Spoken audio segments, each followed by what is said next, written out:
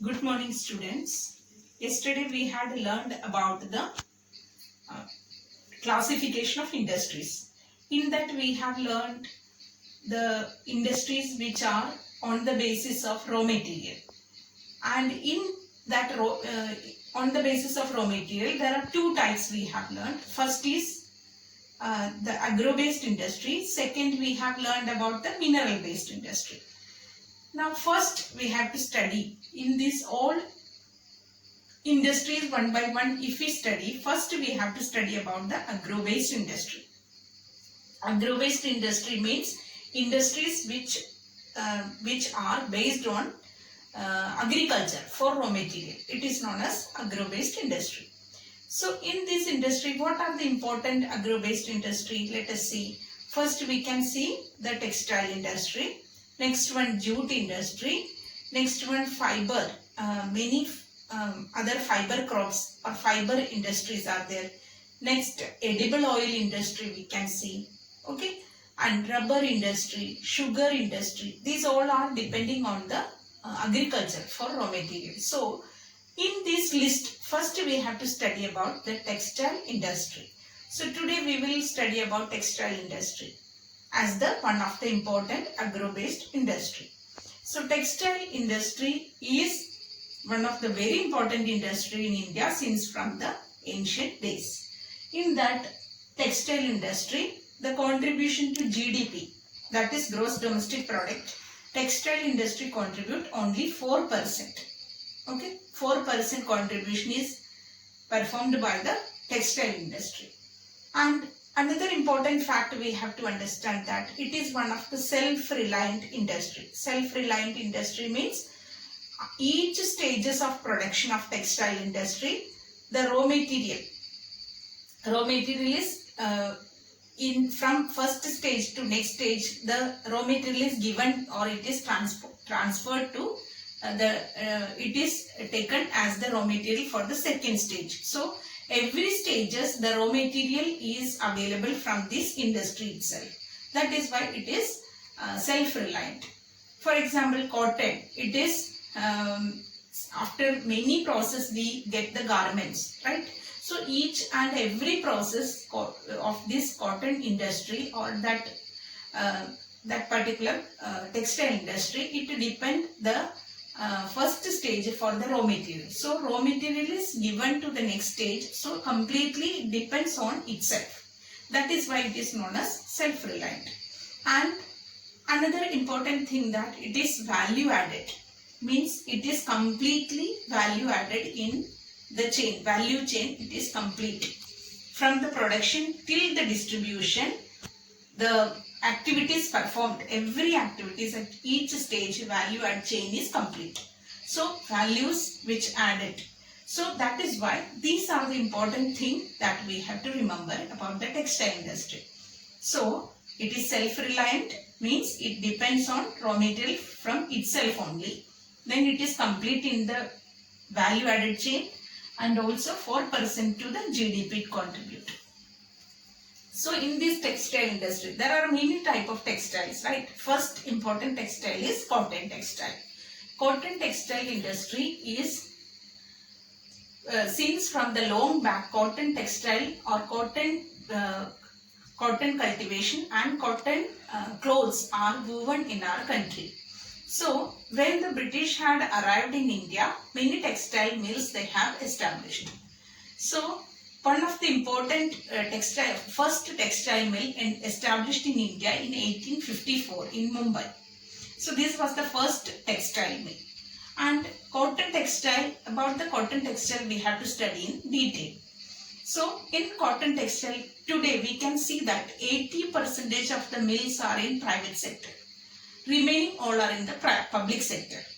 And mainly these mills were from ancient days or from colonial time itself. These cotton textile industry was flourished or industry was very much flourished in Maharashtra and Gujarat. Since from the long back, this was the places where it was concentrated, where Maharashtra and Gujarat.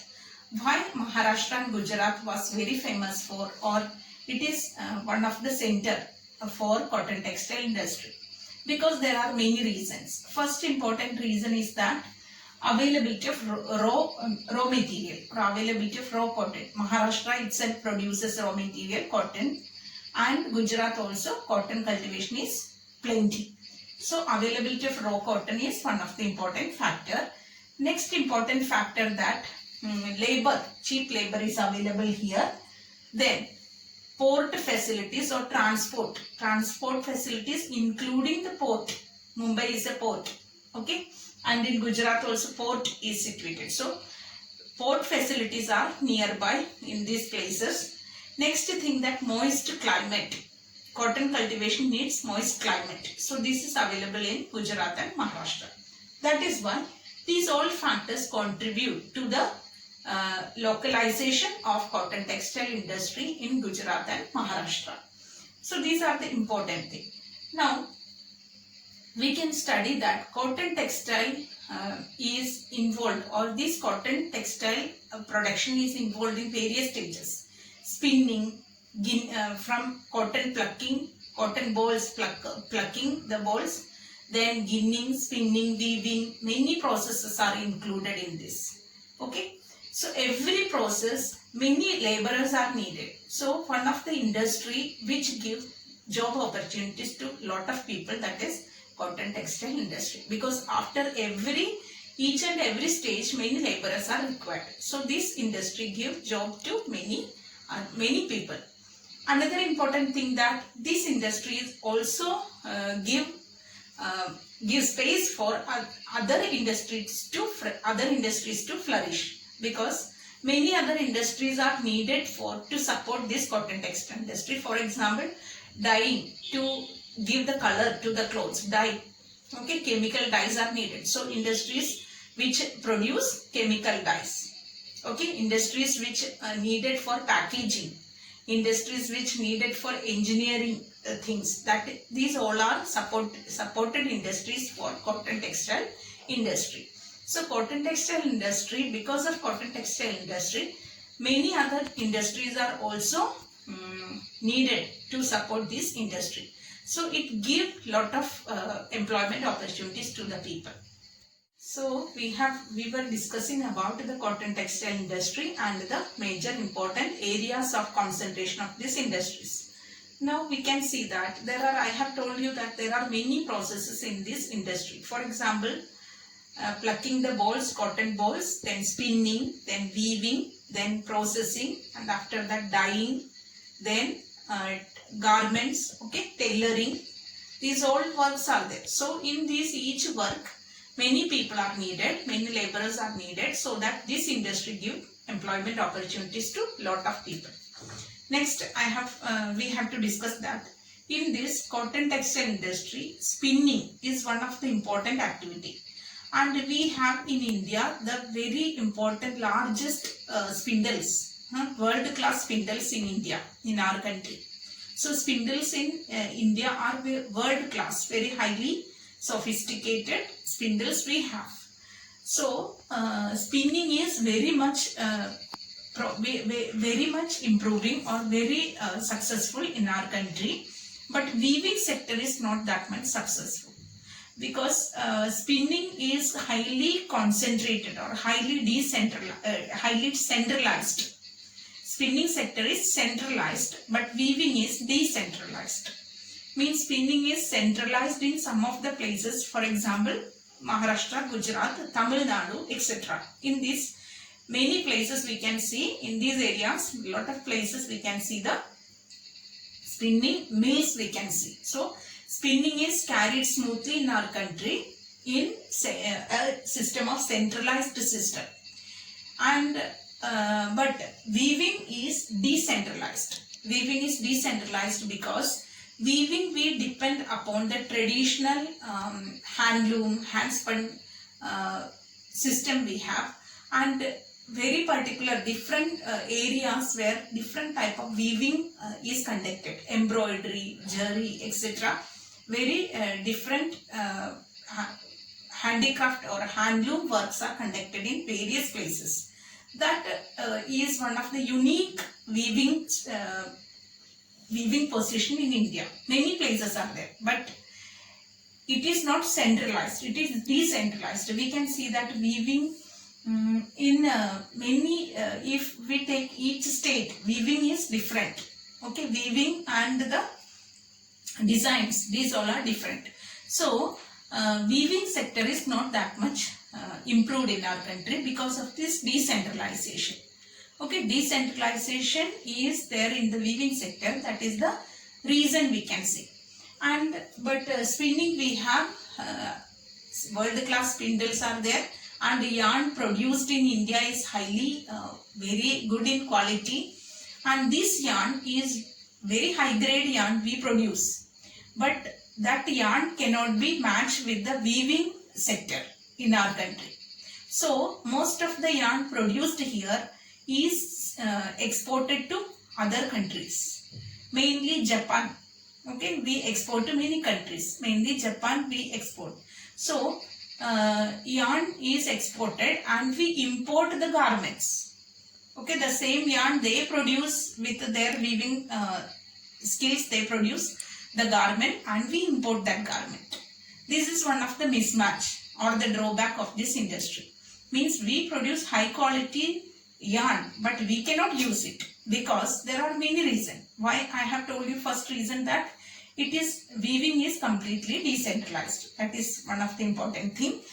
And we don't have upgraded machinery in the weaving sector. Weaving sector, we still depend upon the ancient and traditional handloom, powerloom, etc. But we don't have upgraded machinery which other countries have. That is another important drawback in the weaving sector. So weaving sector has to be improved in our country. Okay, same like spinning, weaving sector is to be improved. And this is one of the important thing you have to remember. Other than that, there are many problems of this. Even though this industry is good in spinning and it create around a lot of export to other countries, but it has many demerits. This industry or the cotton textile industry has lot of drawback. First drawback, we can say that decentralized weaving sector. Second thing, we can say that the power supply, that is important problem. Energy production or power supply in India is erratic. It is not continuous. So machines, many machines cannot operate with this erratic power supply, which needs continuous power supply. That is one of the important another drawback. Next is that upgraded machinery. We don't have upgraded machinery. No upgraded machinery. That is another drawback. Especially in the weaving sector. Weaving we have to specially say because weaving sector is not improved in our country. Next is low output of labor. Laborers are many are there, plenty of laborers, but from them how much productivity we get, that is less. So low output of labor, that is another thing. Next thing that important thing, that is stiff competition from the synthetic fiber. So stiff competition from synthetic fiber, nylon, polyester, many such from this we get the competition. That is why cotton textile is little bit means this industry suffers because of the competition from synthetic fiber. So these are the important drawback of this which industry? Cotton textile industry. So we have learned here today that cotton textile industry is one of the very important industry in our country since from the ancient days. It is highly concentrated in some areas, especially Gujarat, Maharashtra. And we have also learned that this industry has two important processes. One is spinning and weaving. Spinning, it is completely good in our country, completely improved. But weaving sector is very less in the improvement or performance is less because the fragmentation or the decentralization, that fragmentation of units, it only give the supply to the local market. So decentralization, it is one of the important problem in the weaving sector. Next we have studied many other demerits that we have discussed now. Now let us study about the challenges of this industry. Even though jute industry is located in West Bengal, this industry also has some major problems. what are the important challenges or problems faced by this industry? First thing is that, first important problem, that is stiff competition from other countries, especially Bangladesh, Philippines, Brazil, Thailand, etc. So that is one thing. Second thing, that stiff competition from synthetic fiber, that is another thing. Third thing is that the products are not diversified. So jute products are only particular products are made. Many different products are not made. So it is not diversified. So these are the important problems of this industry. And jute production was for a few since from few years, jute production was, or jute products were not made substantially. But nowadays, in 2005 onwards, jute policy was made by the government to increase the jute production and increase the diversification of products. So national jute policy, which was made by the government of India, that was started in 2005 with the special objectives. What were the objectives of this national jute policy? The important national jute policy objectives include, the first thing is that to increase the productivity. Jute production, to increase jute production. Many farmers, they left jute production and they joined in various manufacturing industries. They had used the land for other crops. But now after this national jute policy, farmers have come back to increase the jute production. So increase productivity, first important objective. Second thing is that to ensure good price to the farmers. Means farmers, they leave the jute production to ensure good price. So when they will get good price, they come back and start the production. That is why, to ensure the jute production, to ensure a good price to the farmers, second important objective. Third thing is that to increase the yield per hectare, or to enhance yield per hectare jute production to be increased. Next thing is that improve quality of jute production to be improved. These are the important objectives of this National Jute Policy 2005. So National Jute Policy 2005 is especially for increasing productivity, improving quality, good price to farmers, and also to increase the production per hectare. These are the important objectives. For that purpose it is made. And along with that, diversification of products. You can write for the fifth point, diversification of the product. Okay, jute products. So because of this, now jute production in India is considerably increasing. And another thing, that people are giving more importance to global concern, environmental issues. So to use the biodegradable material, jute production is now increasing. So this is one of the important national and international concern regarding the environmental protection. That is why jute production has demand in the international market. And mainly our country export to other countries like Arabian countries, then UK, Russia, France, many such countries, we export the jute to these countries. And there is a vast demand or huge demand for our jute products. So main thing that because of national jute policy, nowadays jute production in India is considerably increasing. And before that, we have discussed about the challenges. Okay. So the challenges of jute industry, challenges of cotton industry, this you have to study in a very detailed manner without any confusion. Okay, because all these industries challenges are more or less same it seems, but for particular industry, particular points are different. For example, Hooghly Basin. So for that we have to write the particular points are there. Water, about water it is specified, but for cotton, moist climate is needed. So don't confuse this and write in a write and study it in a detailed way and without any confusion. Okay, so today we have studied about two industry. One was textile industry, in that specifically cotton textile industry, and second we have studied about the jute industry. I hope you understood. Read the lesson very well and avoid your confusions.